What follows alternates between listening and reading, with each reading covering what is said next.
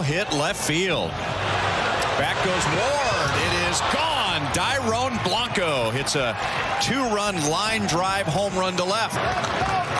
All right, 10-4 Rubber Ducky. Your Kansas City Royals are victorious in their series opener against the Los Angeles Angels, heading to the West Coast, winning 10-4 in a high-scoring affair with offense coming all up and down the lineup. Welcome to the Royals Recap. My name is Jacob Milham. I am one half of the Royals Rundown podcast. Listen, these are going to be some late games. All right, I'm still here for the Royals Recap, but if you don't want to wait, go check out RoyalsReview.com. Also, it's a good way to stay awake and stay engaged rather than just shouting in on X and Facebook. Go over to the game thread there, comment with some other Royals fans, and keep the good vibes going. Let's go ahead and get into it. Michael Garcia, kudos to him. He had a 3-hit game tonight, was just one of many Royals players with multiple hits tonight.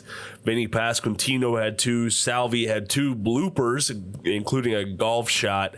That was very, very impressive. That ball had to have been just mere inches off the ground. Dairon Blanco was the star of the show tonight. He went 3 for 3, 2 RBIs, including a career high 4 runs scored. You heard that right, 4 runs. That is absolutely crazy to me. A triple shy of the cycle, and in his limited action, believe it or not, that ballooned his OPS in 2024 to 882. You heard that right. He has a better OPS than Vinny Pasquantino right now. It's absolutely crazy.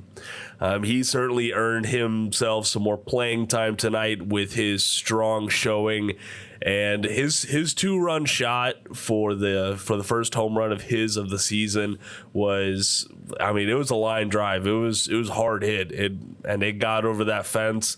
That was very, very surprising. That was the shot that got the Royals going, put them on the board with a 2-0 lead, and then Vinny Pasquantino came up shortly after him and notched another 2-run shot of his own, 442 to the right field corner, very reminiscent of Eric Hosmer's shot in the divisional series in that same stadium.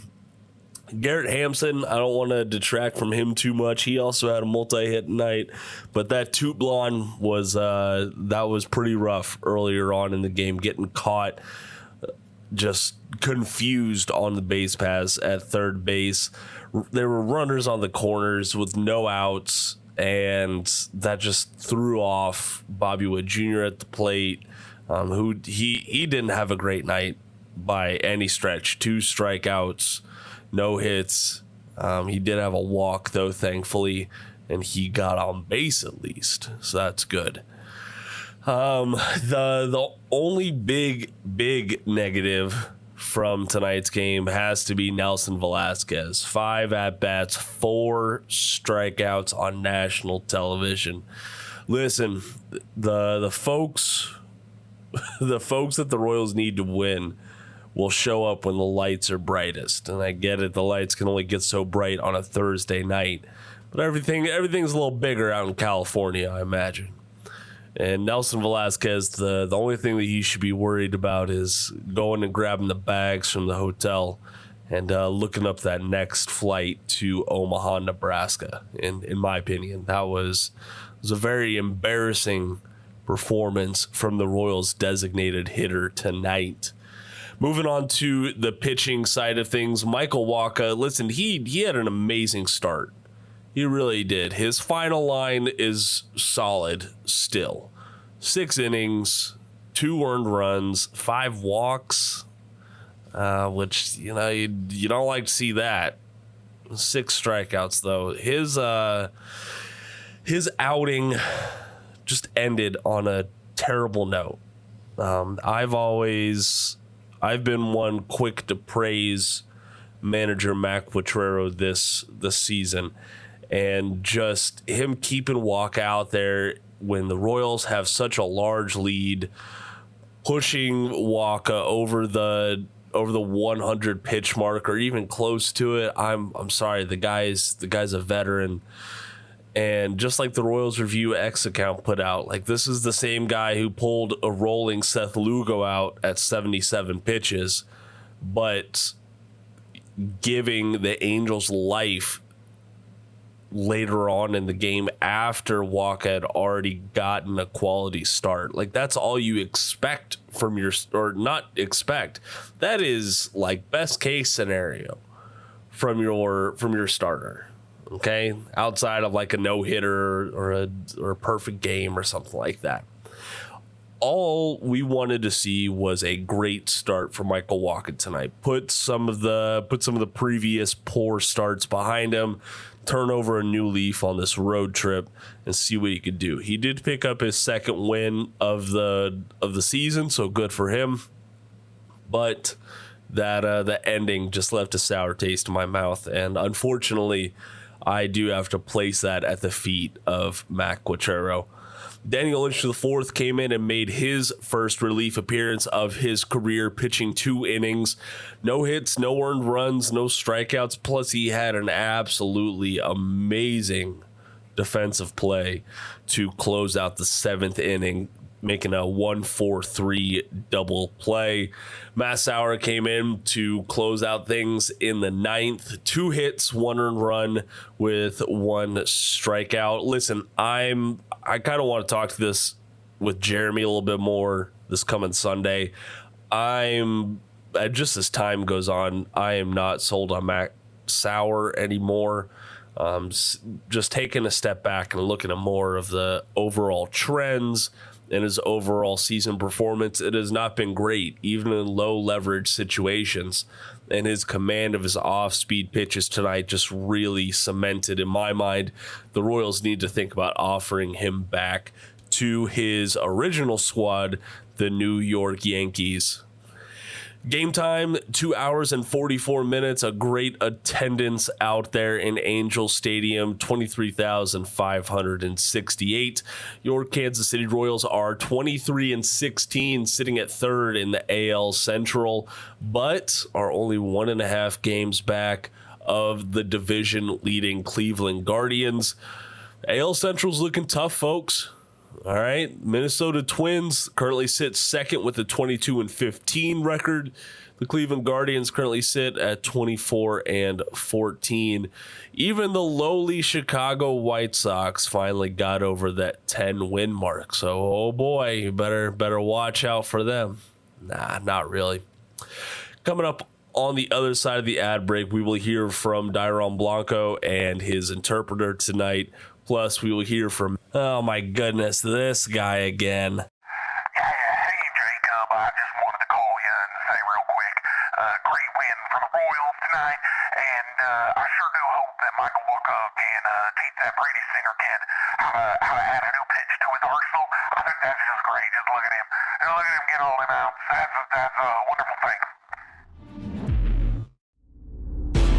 It's got to be the best game of your major league career, right? ¿Tiene que ser el mejor juego de tu carrera en Grandes Ligas? No. Todavía falta un mejor juego y nada, contento con la actuación de hoy y por la victoria.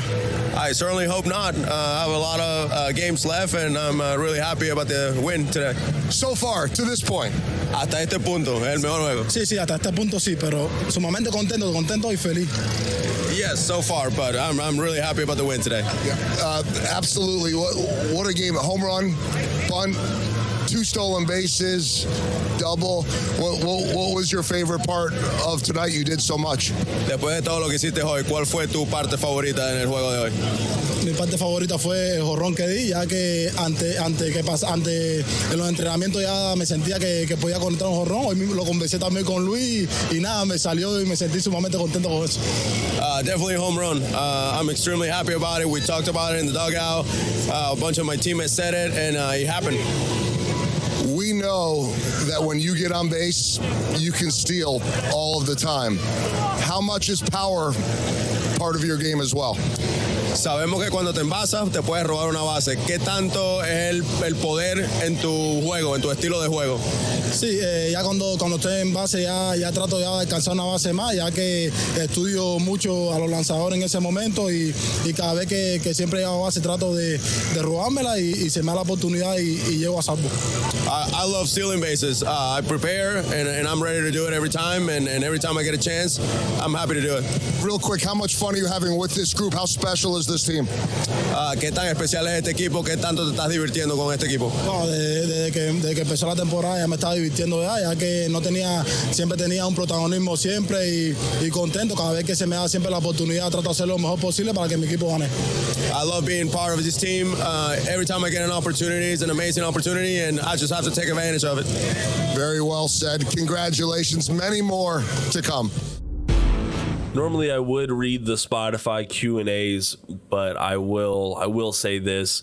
The last Royals recap that we did traditionally was the May 7th episode where James McArthur had that terrible blown game. But you know what? Let me actually go ahead and read these off real quick. So after each Royals recap, I do ask y'all, what did you think about this game? Go ahead and vent, get some of your thoughts out. Ginger620 says, rough way to lose, but even the General George Washington lost some battles. Milwaukee and Texas are both good teams, so sometimes you've got to take your lumps. And yeah, MacArthur took his lumps that night. Luke57 says, yikes, not what we wanted. But the good news is this loss sucks. Mean we still care. I still trust MacArthur, but this really stings. Yeah, listen, Luke, like you said, how many times in recent memory have most of us Royals fans been checked out? I mean, like we don't expect them to go out on any given night and actually have a competitive shot.